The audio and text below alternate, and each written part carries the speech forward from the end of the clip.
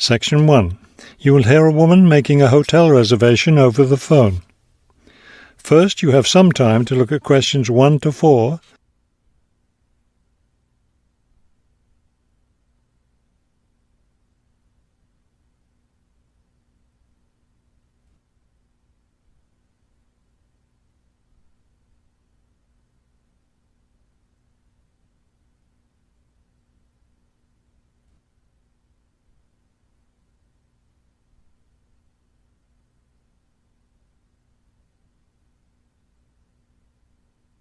Now we shall begin. You should answer the questions as you listen, because you will not hear the recording a second time.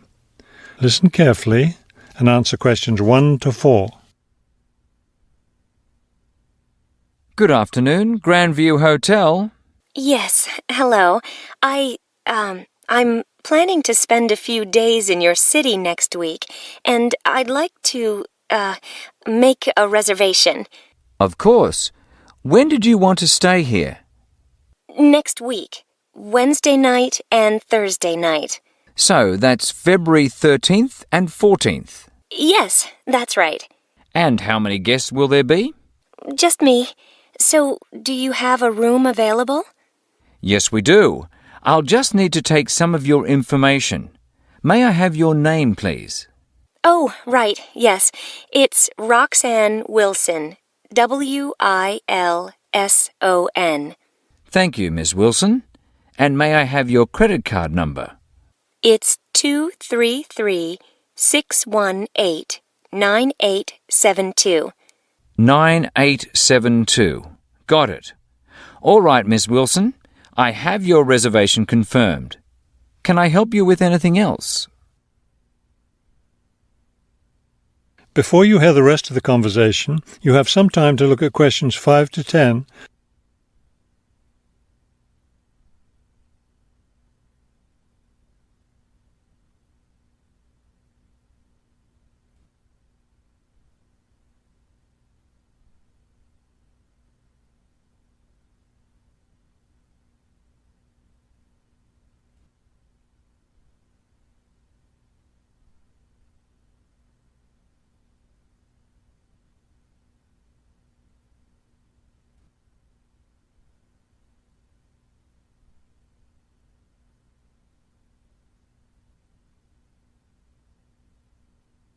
Now listen and answer questions 5 to 10. Well, yes, I was wondering, since I'll have a couple of free hours Friday morning before I leave, is there anything interesting to see close to the hotel? Do you like museums? The art museum's very close by. I love museums, but not art. Can't stand it. I've heard your city has a very interesting science museum, though. Yes, but unfortunately it's closed in the winter. Are you interested in shopping? Sure, I love shopping. Are there any good stores nearby? Yes, we have a large shopping mall just 2 bus stops away. You take the bus to Monument Square, and it's just half a block from there. Just look for the post office, and you'll see the mall entrance next to it. Fabulous. What about lunch? I hear your city has good restaurants. Yes, there's a nice restaurant very near. It's just across the street from the park. Sounds good. I can have lunch, then walk in the park afterwards. I have one more question. What's the best way to get to the hotel from the airport? Subway is the fastest, of course. There are buses, but they're quite slow. I'll be arriving quite late, after 10 p.m. I thought I might have to take a taxi. The subway runs until midnight. Oh, good. Then I'll do that. Will there be someone at the hotel front desk that late? Oh, yes. The front desk stays open until 2. That is the end of section 1. You now have half a minute to check your answers.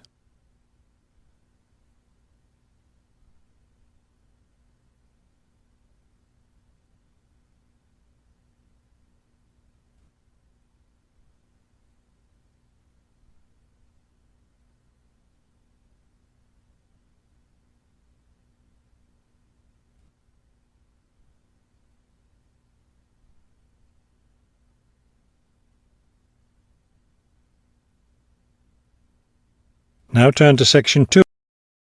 Section 2. You will hear a tour leader giving information about a bus tour. First, you have some time to look at questions 11 to 15.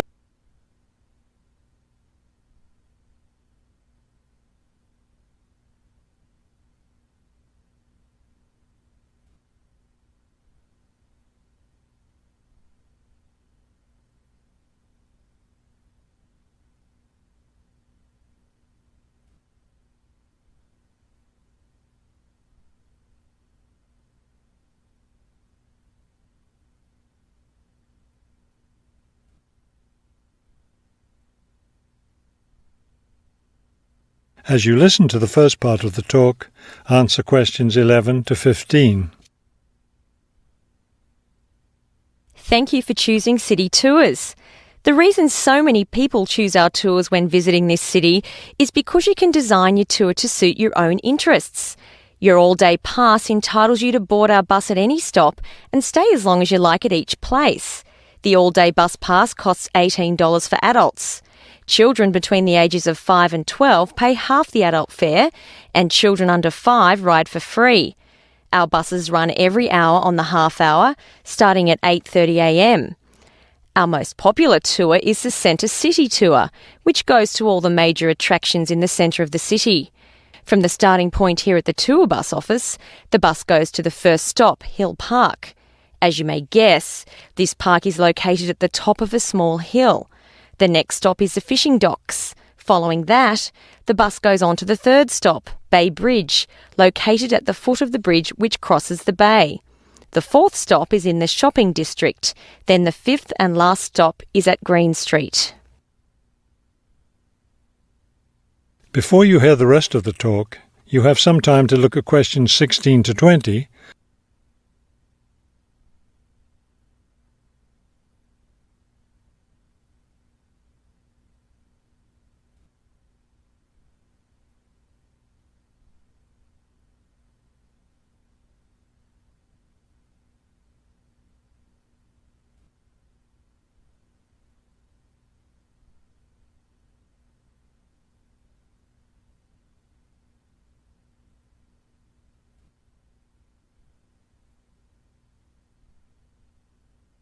Now listen and answer questions 16 to 20. There are many interesting things to do and see on the Centre City Tour. At the first stop, you can enjoy a spectacular view of the bay, the city, and especially of the fishing docks, which are located at the foot of the hill. At the second stop, you can walk around and look at the boats. Fresh fish from the bay is also for sale here, since this is the place where the fishermen bring in their catch. The next stop is where some of the city's finest seafood restaurants are located, so you might want to plan a lunch stop here. You can eat fresh fish here, prepared in the traditional local way. The fourth stop is, of course, where you can do your shopping. Don't miss the opportunity to purchase some of our city's famous handmade baskets. You'll want to take several home as souvenirs of your visit to our city. Finally, at the last stop on the tour, you can visit one of the oldest buildings in our city, the theatre. This building was built over 400 years ago and is still used today as a place to see plays, musicals and other performances, as well as our annual film festival. That is the end of Section 2. You now have half a minute to check your answers.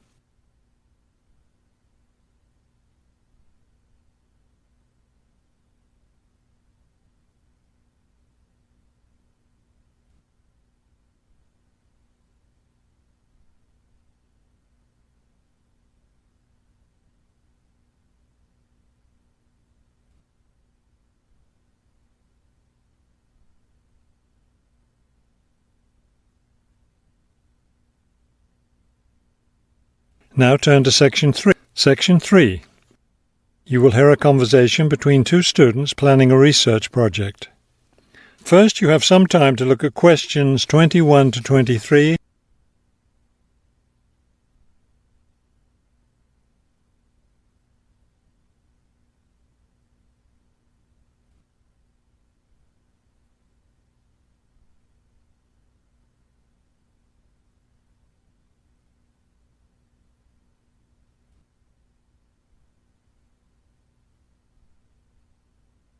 As you listen to the first part of the conversation, answer questions 21 to 23. We'd better start planning our research project because we don't have much time left before it's due. I know, only 3 more weeks. Is that all? I thought we had more time than that. Well, let's get to work then. Okay, so we agreed we're going to interview shoppers about their spending habits. Did we decide to conduct our interviews at the department store? We haven't decided anything definitely yet, but I think the shopping mall would be a better place. We'd get more of a variety of shoppers there. Yes, that's a good point. So let's do that. How many interviews did the professor say we had to complete? She said at least 30. That sounds like a lot, doesn't it? Yes, but if we divide it up between the 2 of us, that's just 15 each. That's not so bad. Before you hear the rest of the conversation, you have some time to look at questions 24 to 30.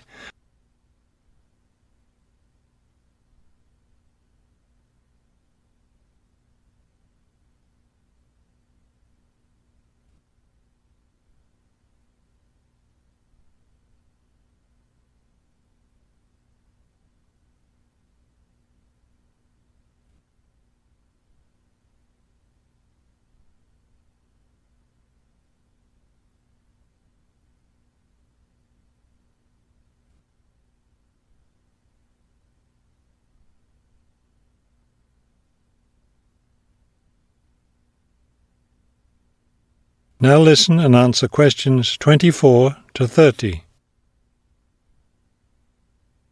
Okay, so I guess we'd better start designing our questionnaire. Well, we have to do some reading first, don't we? Didn't we say we were going to compare our results to the results of a government study? Right, the government study about how the economic crisis has changed people's spending habits. We want to see if we get similar results. Yes, so we'd better read that first and then design our questionnaire.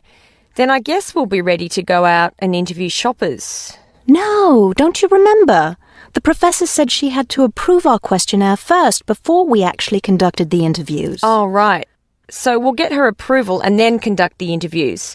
I think a Saturday would be the best day for the interviews because everyone's out shopping then. Right, we'll do it on a Saturday then. And let's also plan to get together the next day to analyse the results. It's best to do that while everything's fresh in our minds, don't you think? Sure, that sounds like a good idea. Okay, so then we're going to have to present our results to the class. Do you have any ideas for that? It's an important part of our grade, so I think we should plan it well. Well, I think the obvious thing is to prepare some charts showing our results and how they compare with the government study. That will help make the information a lot clearer to the class. Right. Okay, so we'll draw up some charts of the results. And then that's it. All that will be left to do is give the class presentation. Do you think we can be ready on time? I sure hope so. Let's get started now. That is the end of section 3. You now have half a minute to check your answers.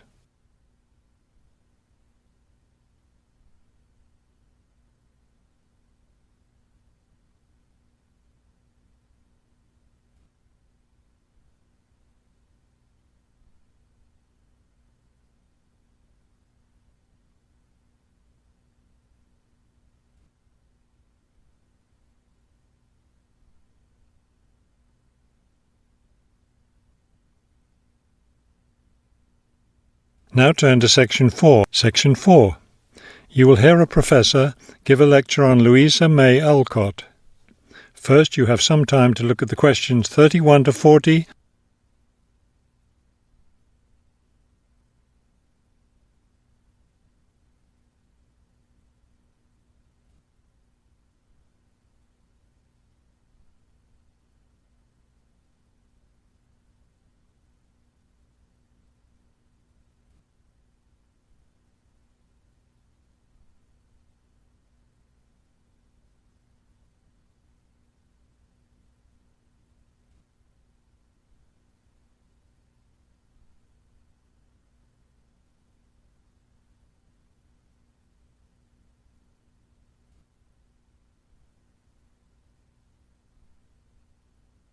Now listen carefully and complete the timeline in questions 31 to 40.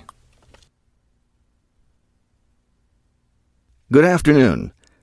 Today I'd like to continue our discussion of the lives of prominent American writers by talking about Louisa May Alcott, one of the best-known 19th century writers. Alcott is known for her moralistic girls' novels, but she was a much more serious individual than those novels might lead one to believe. She was born in 1832, the daughter of Bronson Alcott, who was one of the founders of the Transcendentalist movement. Bronson Alcott was a philosopher, but not a provider, and the family lived close to poverty. From an early age, Louisa was determined to find a way to improve her family's economic situation. As a teenager, she worked to support her family by taking on a variety of low-paying jobs, including teacher, seamstress, and household servant. Alcott also started writing when she was young. She wrote her first novel when she was just 17 years old, although it wasn't published until many years after her death. It was called The Inheritance. In 1861, the Civil War broke out. Alcott worked as a volunteer, sewing uniforms and bandages for soldiers. The following year, she enlisted as an Army nurse. She spent the war years in Washington, nursing wounded soldiers at a military hospital. While working at the hospital, she wrote many letters to her family at home in Massachusetts. After the war, she turned the letters into a book, which was published under the title Hospital Sketches. She also wrote numerous romantic stories, which she sold to magazines. Around this same time, she was offered the opportunity to travel to Europe as the companion to an invalid. When she returned home from Europe in 1866, she found her family still in financial difficulty and in need of money.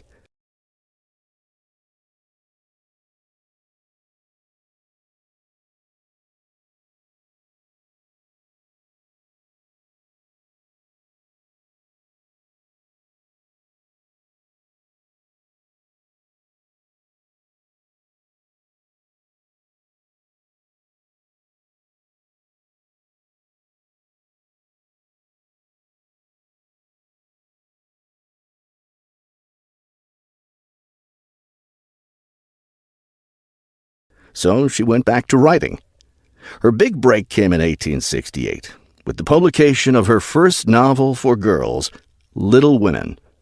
The novel achieved instant success, and the public wanted more.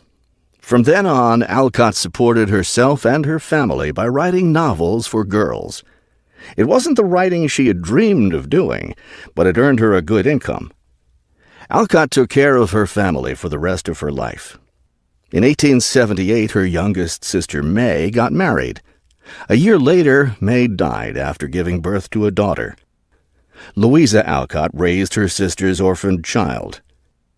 In 1882, Bronson Alcott suffered a stroke.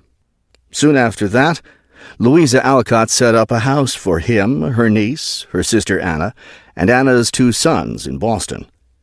Her mother was no longer living by this time. Alcott was still writing novels for girls, including 2 sequels to Little Women, Little Men and Joe's Boys. The latter was published in 1886.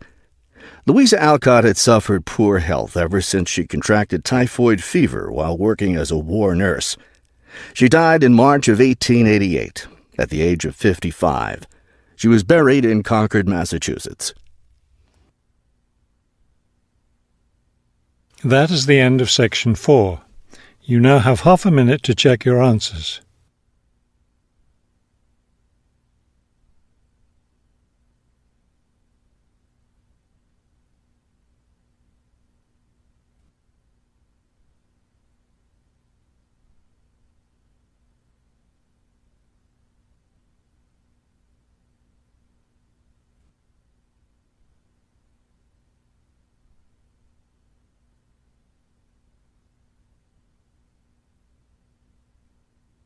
You will now have 10 minutes to transfer your answers to the listening answer sheet.